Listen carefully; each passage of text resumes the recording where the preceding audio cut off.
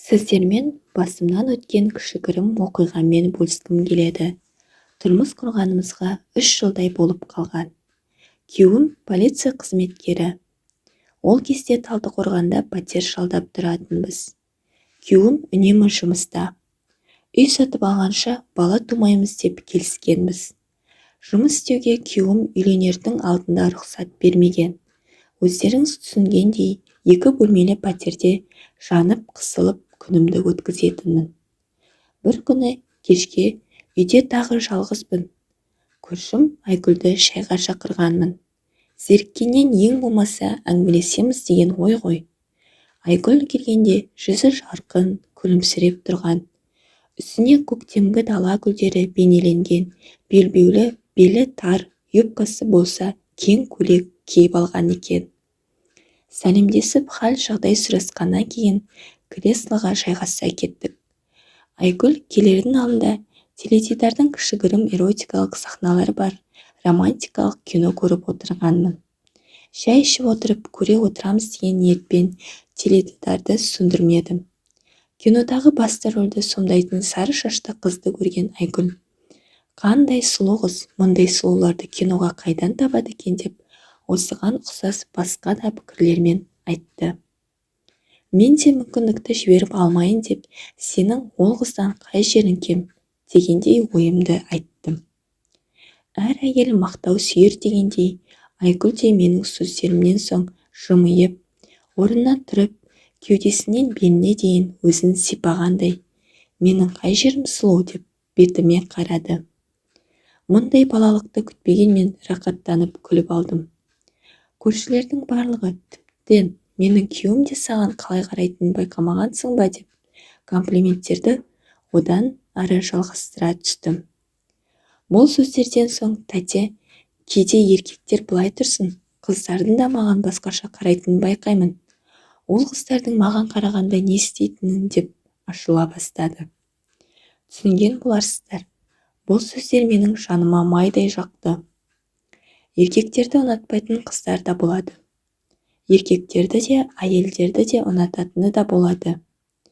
Әйелдердің табиғаты нәзік қой. Еркектер секілді емес. Тірлігін бітірген соң сені ұмытып, теріс қарап жатып алмайды. Керісінше өзінен бөлек басқасының да ләззат алуына көңіл бөледі деп жас үлкендігімді көрсеттім. Айгүл еш жауап қатпай, беттері қызарып, аяқтарын ашып жапқандай қимылдар жасады.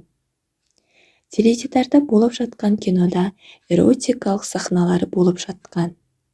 Бәлкім соның әсері болар, отырған креслодан едендегі төселген кілемге жайлап ауыстық.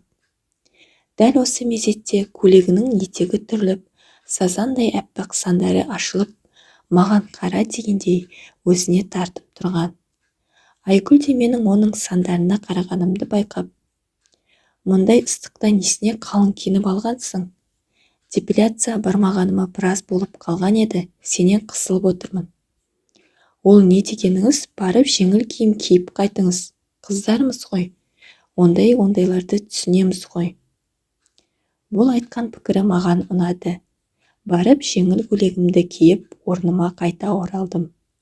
Айгүл менің аяқтарымды ұстап, шамалы сипап, қылдар қатты өспегенін айтты.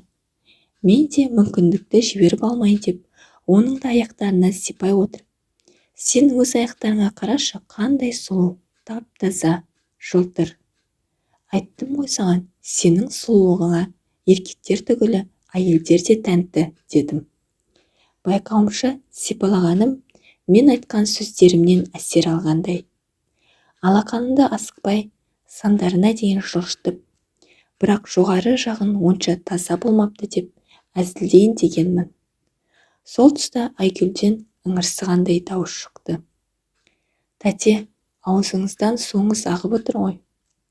Сенің ойынша көз алдыңда сандарын жарқыратып, қыпша бел сұлу қыз осылай отырса, оңай дейсің бе?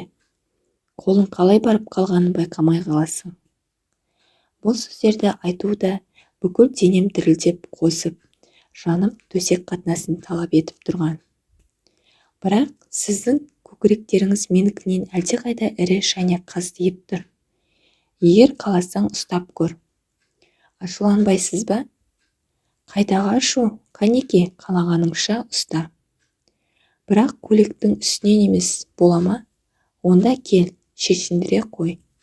Онда мен де шешінемін. Әңгіменің қайда барары белгілі болған соң, дереу тұрып барып сыртқы есікті құлттап қайттым. Қайтып келсем, Айгүл шешініп тастапты. Оны көріп мен де дереу шешіндім. Тартынып, ұялып басталған сипаулардан соң 1 сағаттан астам аймаласуға ұласты.